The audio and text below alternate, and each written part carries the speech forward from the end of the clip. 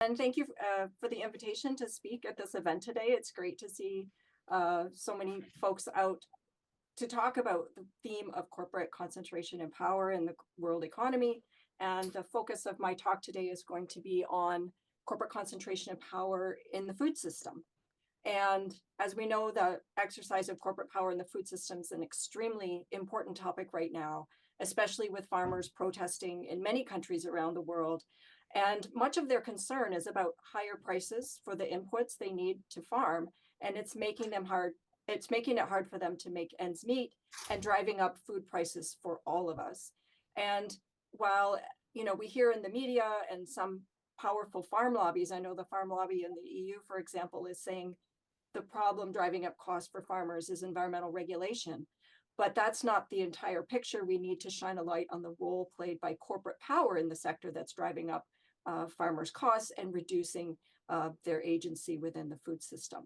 So that's what I'm going to be speaking about for the next 35 or 40 minutes or so. And in the context of making my remarks, I want to make 4 main points. The first of which is that corporate concentration is rampant in the food system. Sorry, you can hear me? The second point I want to make is that a complex mix of financial, technological, and policy factors are driving these trends. The third point is that dominant firms exercise distinct kinds of power that shape food system outcomes. And policy responses to date have been insufficient and multi-pronged action is needed. Before I continue, I just want to check with that you can hear me okay? Yes. Okay. Excellent. So it's perfect. Thank you. Excellent. Okay, so these are the 4 points I want to make in the time that I have to speak with you today. So the first point is about corporate concentration in the food system. What does it look like today? And as I said, it's rampant in the system. But first, we have to put it in the broader context. The growing corporate concentration in the agri-food system has followed broader patterns of corporate consolidation in the wider economy in recent decades. And this pattern, as you can see on the graphic on the slide, we've seen a huge increase in merger and acquisition deals over the past couple of decades. And global mergers and acquisitions briefly stalled during the pandemic, but they increased sharply in 2021 to the tune of $5.8 trillion. They came down again after the war, the Russian invasion of Ukraine and higher interest rates. But I read just this morning in the Financial Times that in the first quarter of 2024, mergers and acquisitions have again doubled this year. So the trend of corporate consolidation is continuing. So the consolidation in the food system is within this wider context. We're seeing similar patterns. And on the graphic here, I just wanted to show you some of the biggest mergers in the agri-food sector that we've witnessed in the past couple of decades. These mergers, some have included enormous ones that are well over $100 billion in value. So for example, the merger of Kraft and Heinz, or the merger of Dow and DuPont, and the merger of Anheuser-Busch, InBev, and SAB Miller. Each of these deals formed new firms that were worth well over $100 billion. And other recent mergers have been on the scene as well. The Keurig Dr. Pepper merger, or Syngenta ChemChina, which was $44 billion. The Amazon Whole Foods merger, Monsanto Bayer, which was $66 billion. And a huge merger in the fertilizer sector that brought together the firms Agrium and Potash to form a new company called Nutrien in 2018.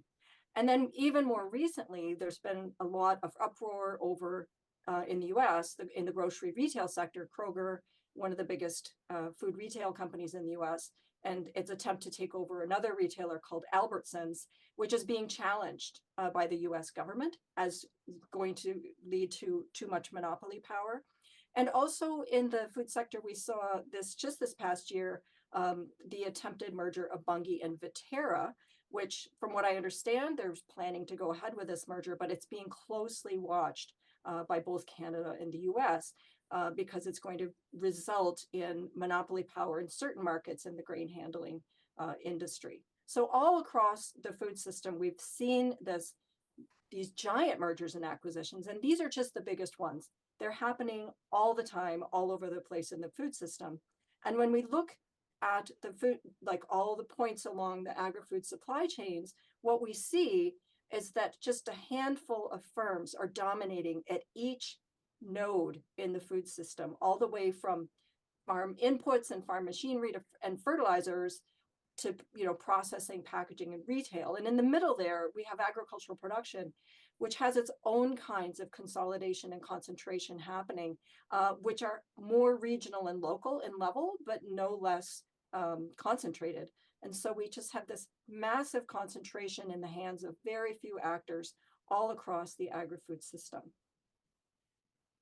And the result is that we see this incredible market concentration. So now, and there are lots of conflicting data out there, but I gathered what I could to sort of illustrate for you the extent of this market concentration. But today, the top 6 companies control around 78% of the global agrochemical market and around 58% of the global seed market. In farm machinery, the top 6 firms control around 50% of that market. And in fertilizer, the top 10 firms control around 38%. But I should caution that it's at the national level, those fertilizer markets are even more concentrated. And because fertilizer is a weird sector with 3 different nutrients, et cetera, it gets into the weeds pretty quickly, but it's very, very concentrated in countries like Canada and the US. But we also see concentration in the grain trade. So the top 5 firms today control around 70% of the global grain market. And then if we look at other commodities like bananas, 5 firms control 75% of the market. And markets for tea and cocoa are similarly concentrated. Even when we look at processed foods and we look at specific markets like beer is a really good example. That merger I mentioned about InBev and Miller, this company now has a third of the share of the global beer market, just one company with a third of the market. And the top 5 firms in the beer market control around 57% of the global beer market.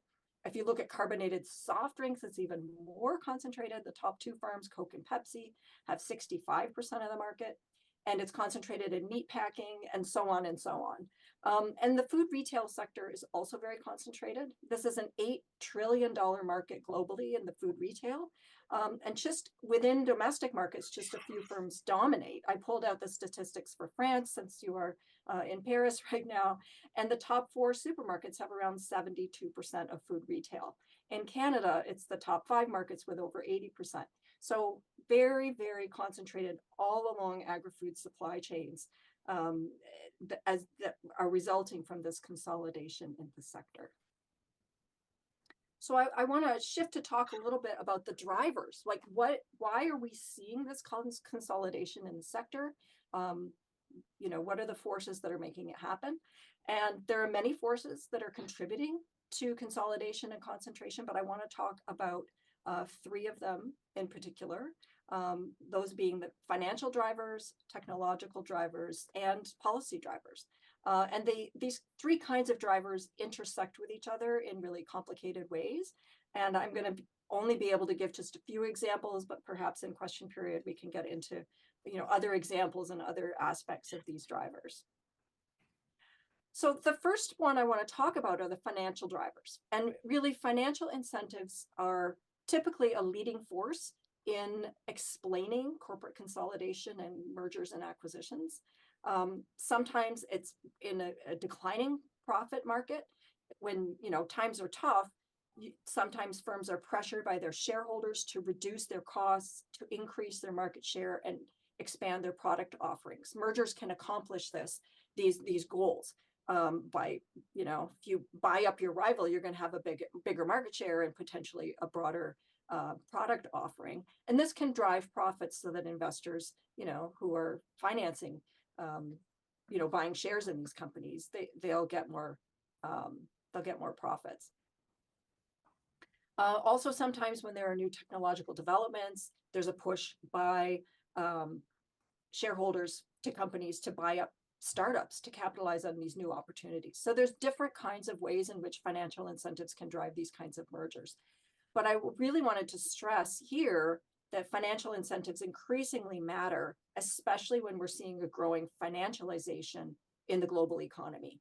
And when we're talking about financialization, and perhaps you've already talked about this today, but it's, the greater role for financial actors, financial institutions, and financial motives in decision-making in the global economy. And what I wanted to show you on this slide is that there's been a huge increase in institutional investment in the agri-food sector. So here we're looking just at the agricultural input industries. And what you can see is that between the year 2000 and the year 2016, there's been a massive increase in shares owned by some of the biggest asset management companies in the world. That is BlackRock, Vanguard, State Street, Capital Group, and Fidelity. Each of these asset management companies manage trillions and trillions of dollars, and they all own significant shares across these agricultural input companies. And collectively, these financial firms have a lot of influence over the corporations that they own. This is typically referred to as common ownership. Like there are common owners in these giant firms, and all the firms in the sector have these common owners. And when that happens, the incentives of the financial industry is to push firms to merge and acquire one another, because they don't want to see those firms competing. They want to see them dominating the market and driving up returns for their shares, for their shareholders. And so this massive growth that we've seen in common ownership by financial investors has been driving some of this merger activity across the sector.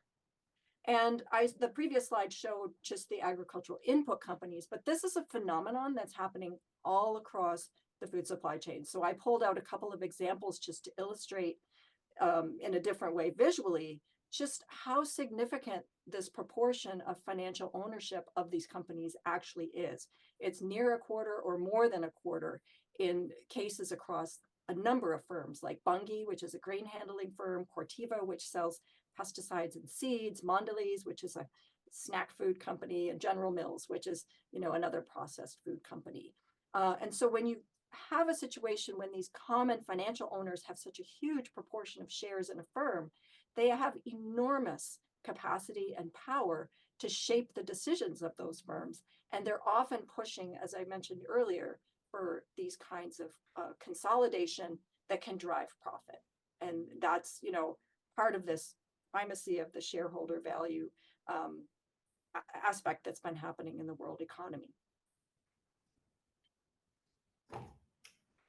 Another driver that's really important in explaining this increased merger and acquisition activity is technological change, which I already alluded to. Technological change as well as product complementarities. And what's happening here is that what we've seen in recent years in the agricultural sector, for example, is that seed and chemical companies, they used to be separate sets of companies. Those companies producing seeds, those producing chemicals. But they merged through the development of new agricultural biotechnologies that tethered seeds and chemicals together, where you had bioengineered seeds that would only work with certain herbicides. And this technological change spurred these companies to basically merge and acquire one another so that the one company would control both products. So that kind of complementarity, technological complementarity, really drove those mergers, and those happened especially in the 1980s and 1990s. But we're seeing other ways in which complementarities are happening today, driving mergers. Another example is that the big meat companies like Tyson and Cargill and JBS, they're all now investing in new startups in plant-based alternative meats as well as synthetic cell-based meat startups. And they're basically trying to control the protein sector. So again, they want to control both, in this case, the meats, the animal-based proteins, as well as other kinds of proteins. And another example is Amazon's acquisition of Whole Foods, which brought together two firms with completely different sets of expertise, one being online retail and the other being food sales, but bringing them together with new technological developments that are allowing people to do online grocery shopping. And again, that kind of technological complementarity is bringing those firms together and driving some of these mergers and acquisitions that are happening. And another example of this kind of technological change driving consolidation we see in the acquisition of digital and biological startups by the big agricultural input companies. And as these companies are vying for dominance in the digital agricultural space, they're buying up all of these startup firms that are building software and online platforms for digital farming, as well as cellular agriculture. And as these technologies get locked in, it enables firms to benefit from network effects because they're able to sell these different interlinked products. And firms in these sectors typically are more oligopolistic. And we're definitely seeing that with this kind of technological change in the sector. A third kind of factor that I want to talk about driving consolidation is the broader regulatory environment. And we know, for example, that competition and antitrust policies were much more robustly enforced in the early 20th century. But we've witnessed increasingly lax enforcement of these competition policies after the 1980s and the rise of the neoliberal era. So on the slide here, I've got, a picture of Ronald Reagan and Robert Bork. And Robert Bork wrote the book, The Antitrust Paradox, which was an attack on antitrust policy in the US. And in his role in the US government, he was able to drive this policy change that led to a less robust enforcement of antitrust and competition policy, which basically undermined the government's ability to stop mergers and acquisitions that were leading to market dominance. And Bork's argument was that bigness was okay so long as prices were declining. He referred to this as the consumer welfare standard. If consumer prices dropped, mergers and acquisitions are okay from his perspective. But that left out a whole lot of other factors that are really important that we'll talk about. But this relaxation of the application of competition policy allowed many, many mergers to take place that might not otherwise have happened. And there are lots of other more specific factors in each of those financial, technological, and policy domains. I just wanted to highlight these three in particular as being quite prominent. So now I want to shift and talk about how this concentration can enhance the power of agri-food firms and why it matters. And I know this is at the heart of your workshop. This is what you're focusing on. So I want to spend a bit of time here to talk about these different kinds of power that come with market concentration. So when specific markets, and here I'm talking about the agri-food system, when they're dominated by just a handful of firms, there are concerns that these firms have access to different kinds of power that they can use to advance their own interests at the expense of society more broadly. And these three kinds of power, and this, I should say, it's from a new book that I have forthcoming next year called The Titans of Industrial Agriculture. But I talk about their ability to shape markets. So market power is one really big problem, and that's what most economists and antitrust lawyers talk about. But they also have other kinds of power that I think are equally important that we need to recognize.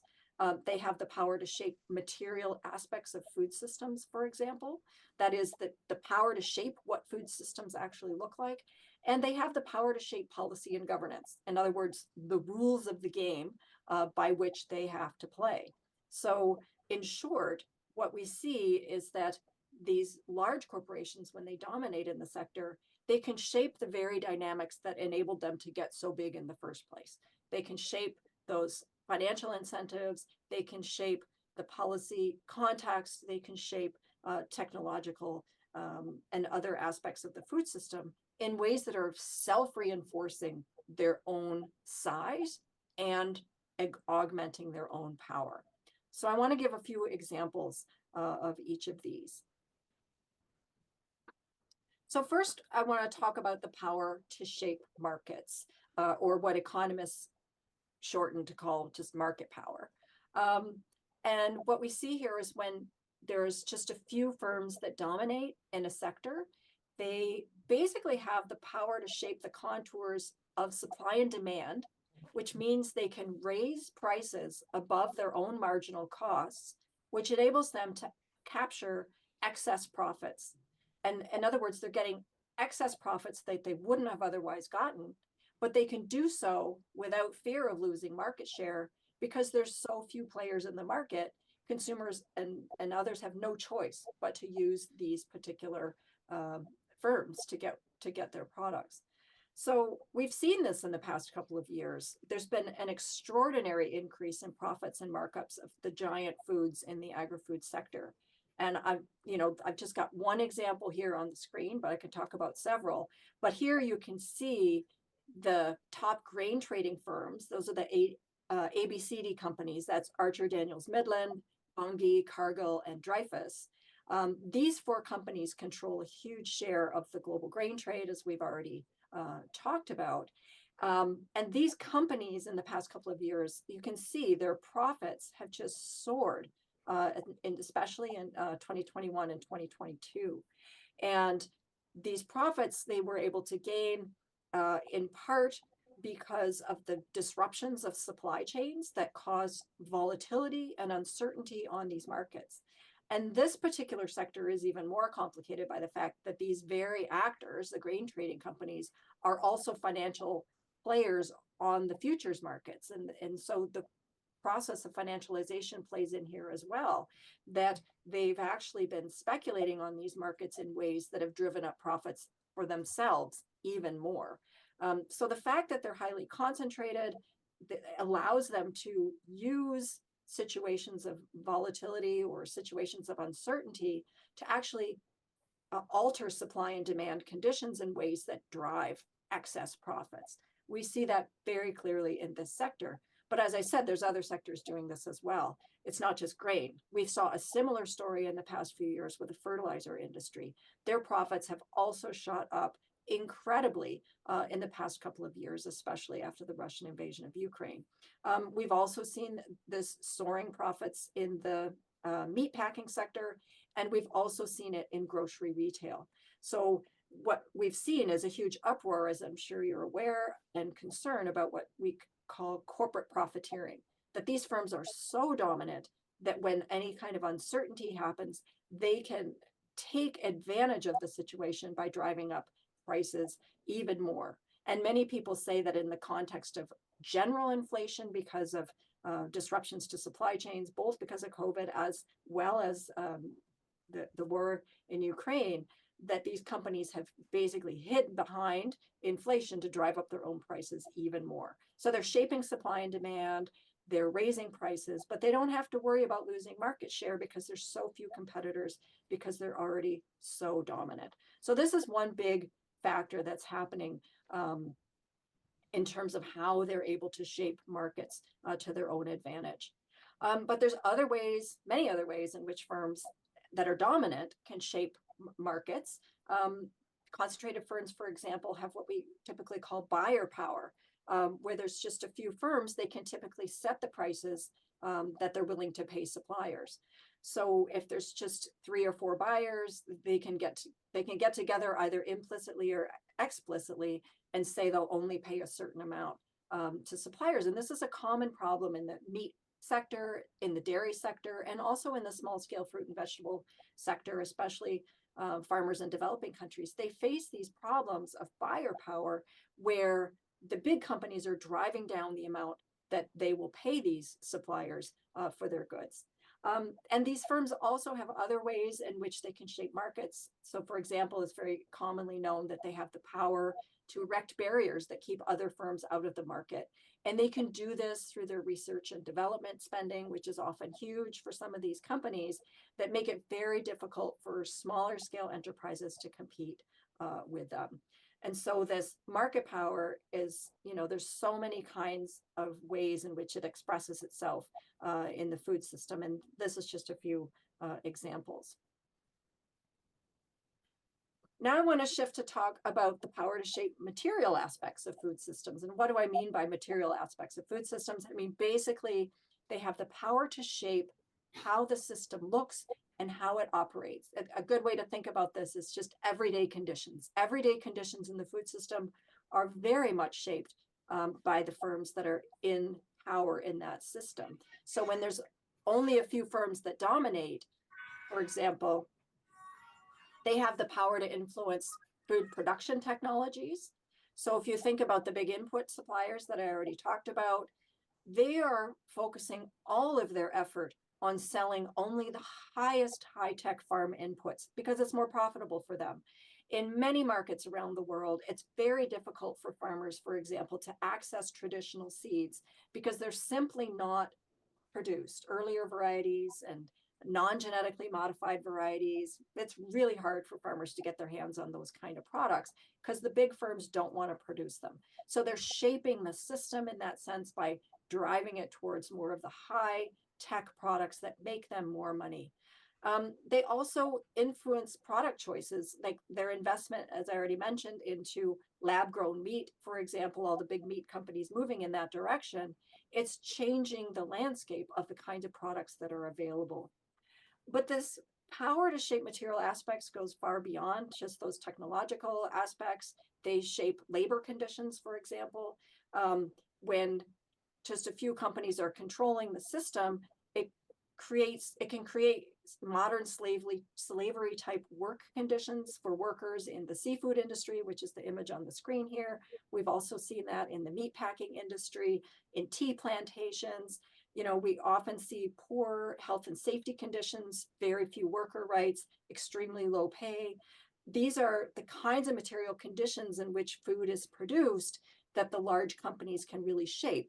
Because if there was more competition, there would be more opportunities for workers and pressure to improve those conditions. But instead, we see the other way around, where just a few companies dominate and the work standards tend to fall. And the result of all this is fewer choices for consumers. There's fewer firms making decisions. Despite lots of brand ownership, it's actually concentrated. So the picture of the supermarket on the screen there, I mean, it looks like there's a lot of brands. It looks like there's a lot of competition, but most of those brands are owned by just a few of the processing companies that give us a kind of pseudo appearance of choice, but actually it's extremely concentrated. So food environments, you know, the environment in which we buy food in the supermarket is very much shaped by the power of these firms. And they're also making decisions about whether the ingredients they purchase for these processed foods are certified sustainable, certified with good labor conditions, et cetera. And those firms control those certification schemes as well. So there's like these layers upon layers in which the dominant firms are shaping the material aspects of food systems. And just another example of this, which I think is really relevant at this moment, is the way in which these firms are driving those kind of innovation decisions. It's referred to as defensive innovation is an example of what the firms are doing. So instead of innovating in ways that can move us away from pesticides and herbicides in agriculture altogether, they're actually innovating in ways that reinforce and dig in demand for their products. So the rise of digital farming, I think, is a really prime example of that. These digital farm applications and software, et cetera, they're premised on this idea that we need herbicides in agriculture. And so they're focusing on, you know, precision spraying to make marginal reductions in pesticide spraying, but they're not investing in technologies that move away from herbicides altogether. So it tends to reinforce the pesticide paradigm and leaves farmers with very little choice.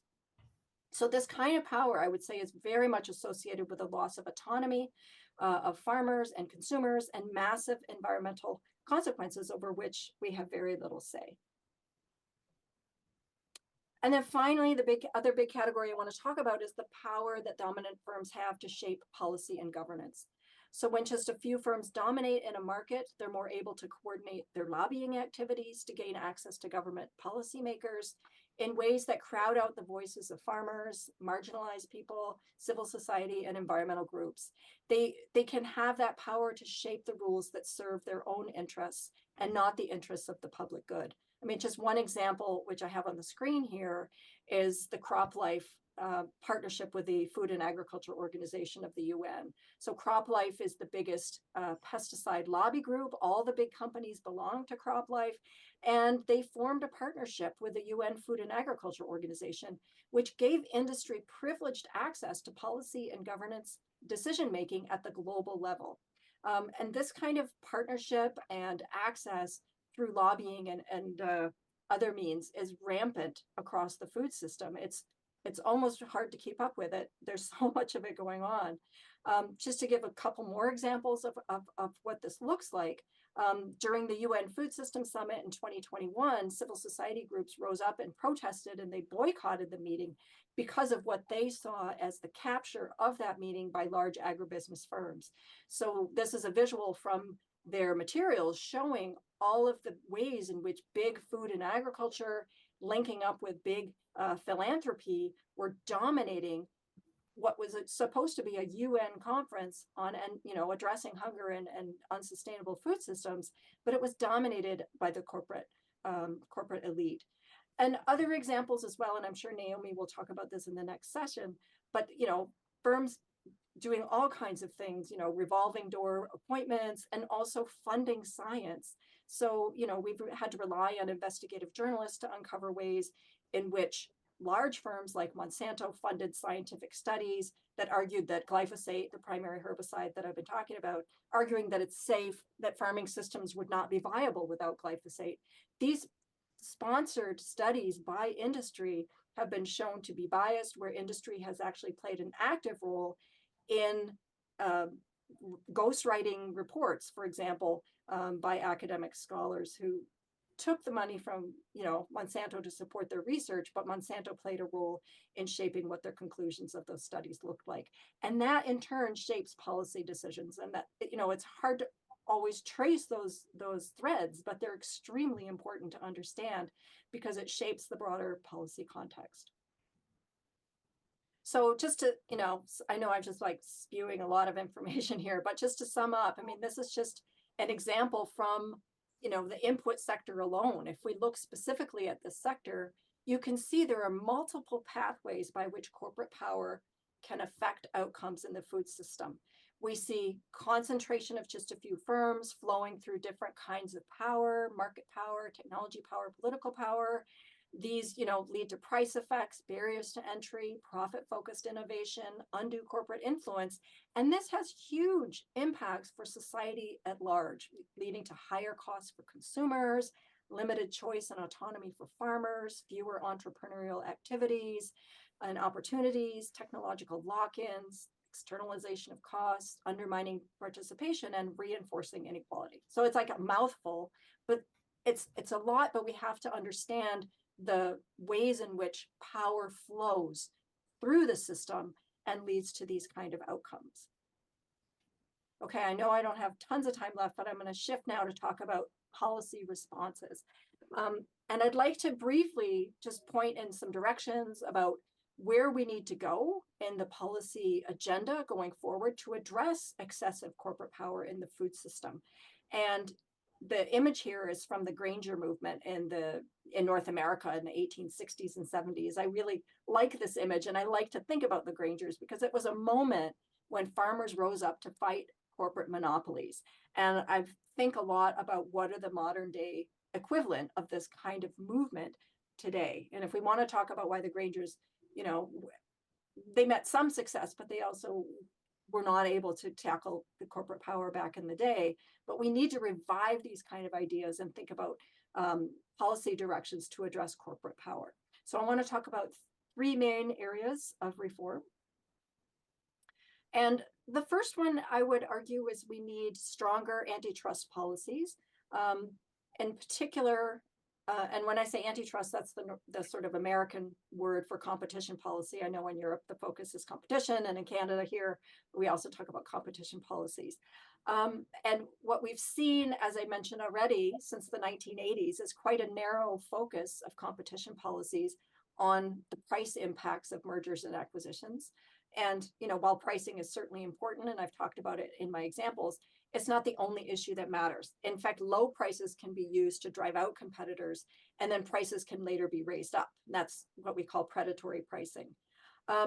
But there are lots of ways an antitrust and competition policy needs to be strengthened. And there's right now a rising movement, I would say, of competition activists calling for the focus not on prices so much, but also on market structures more broadly. So in other words, we need to think about how markets are structured, what are opportunities for new entrants to participate in markets. And this is a way that we could move competition policy to create more spaces for a diverse base of enterprises more broadly in the economy, but also within the food system.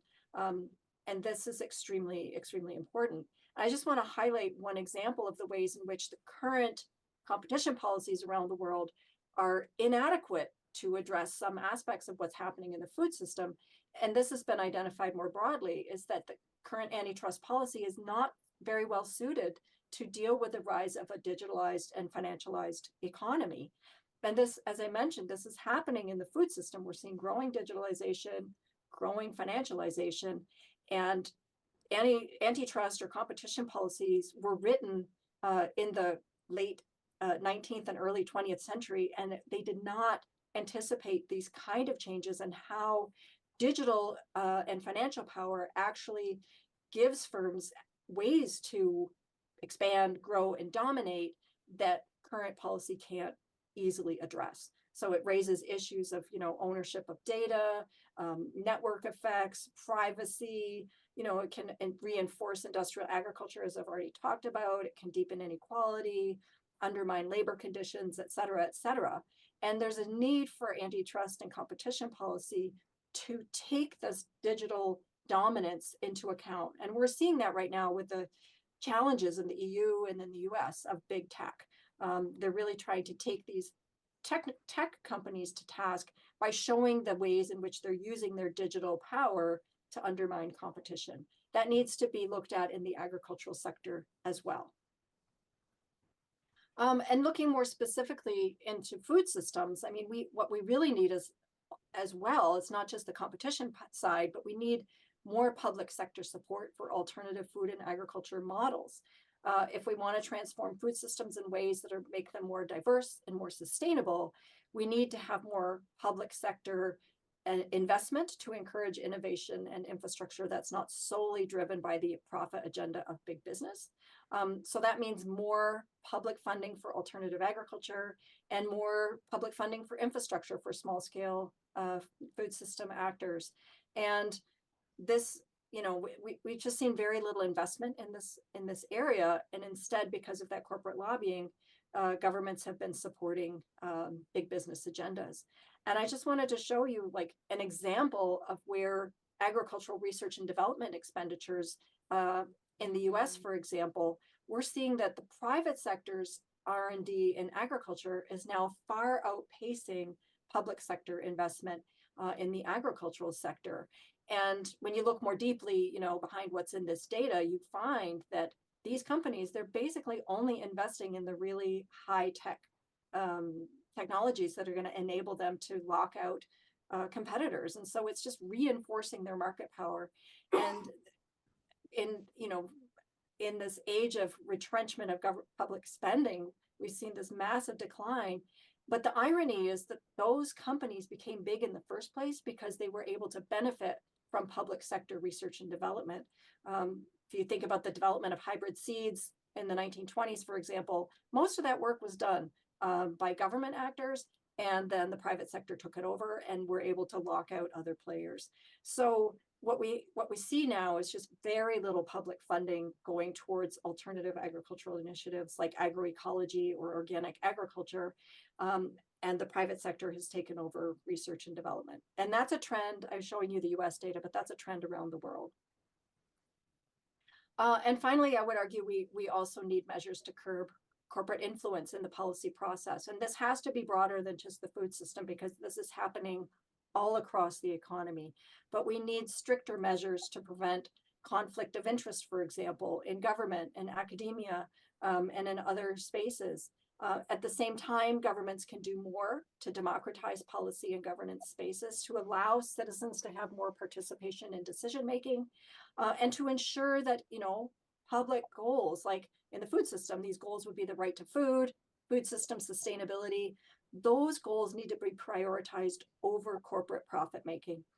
The example I have on the slide here is from the People's Counter Mobilization to the UN Food System Summit, where they were trying to raise awareness about this and calling for autonomous spaces for civil society to have their voices heard. So I'll just conclude here. I know I've talked through a lot, but I'll just summarize my, contributions here. The first is that there's significant concentration in food systems. It's been encouraged by financial incentives, technological change, and weak antitrust policies.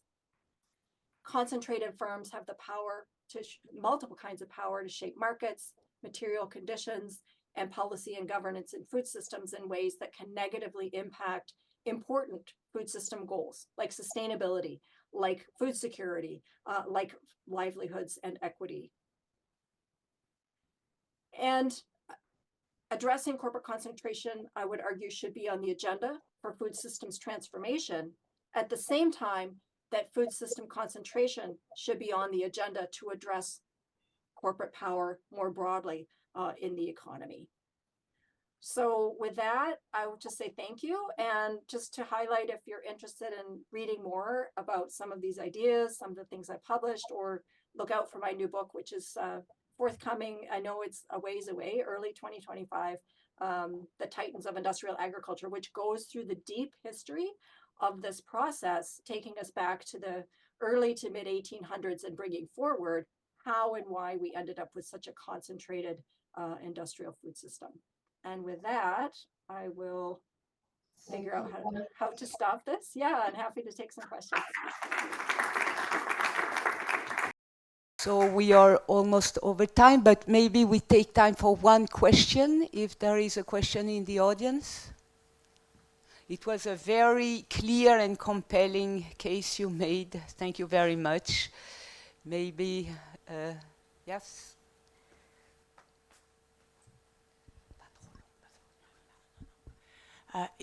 I would like to thank you and take the opportunity of talking to someone who has so well understanding of this corporate to ask you how they are aware of all the planetary limits, because they seems to will to grow infinitely, but there are the planetary limits, not only fossil fuel, everything which is related to extractivism, which is necessary for this sort of companies, right?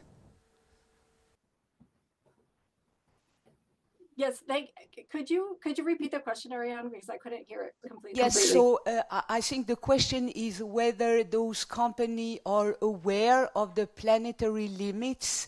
Are they aware of the climate problems, the environmental problem, because that will affect them as well?